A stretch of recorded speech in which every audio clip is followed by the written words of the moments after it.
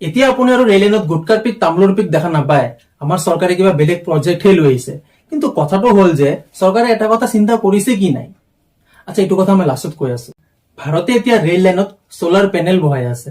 চাওক, আমাৰ ৰেল লাইনৰ মাজৰ জাগাখিনিতো এনেই পৰি থাকে আৰু সূৰ্যৰ কিৰণো ফ্ৰীয়ে হয়। তো জাগাও ফ্ৰী, সূৰ্যৰ কিৰণো ফ্ৰী, তো ইয়াৰ পৰা আমি লাভ কিয় নকৰো। চৰকাৰে বেলেগ প্ৰপাৰ্টিত লাগি থাকি 1000 বছৰমান পেপাৰ ৱৰ্কত লাগি থাকি বেলেগৰ লেণ্ড একোৱাৰ কৰাৰ কোনো দৰকাৰে নাই। এই কাম এতিয়া বাৰাণসী মানে বেনাৰসত ষ্টাৰ্ট কৰিছে। আপোনাৰ মনত যদি আহি আছে ইমান স্পীডত ট্ৰেইন চলিব আৰু পেনেলবোৰ দেখোন ডগমগাই দিব, কিন্তু আচলতে ওলোটা, ট্ৰেইনৰ ভাইব্ৰেশ্যনে পেনেলত থকা ধূলি বালিবোৰ আঁতৰাই দিব। কাৰণ ধূলিয়ে পেনেলৰ এফিচিয়েঞ্চি নষ্ট কৰে, মানে সূৰ্যৰ কিৰণ আহাত বাধা প্ৰয়োগ কৰে ধূলিয়ে। আমাৰ ইয়াত প্ৰায় 1,20,000 কিলোমিটাৰ ৰেলৱে ট্ৰেক আছে। তো ৰেলৱেৰ প্লেন যে এইবোৰত পেনেল বহাই দিয়া। কিন্তু চৰকাৰে এটা কথা চিন্তা কৰিছে কি নাই, মানে পেনেলবোৰ চুৰি নহলে হ'ল।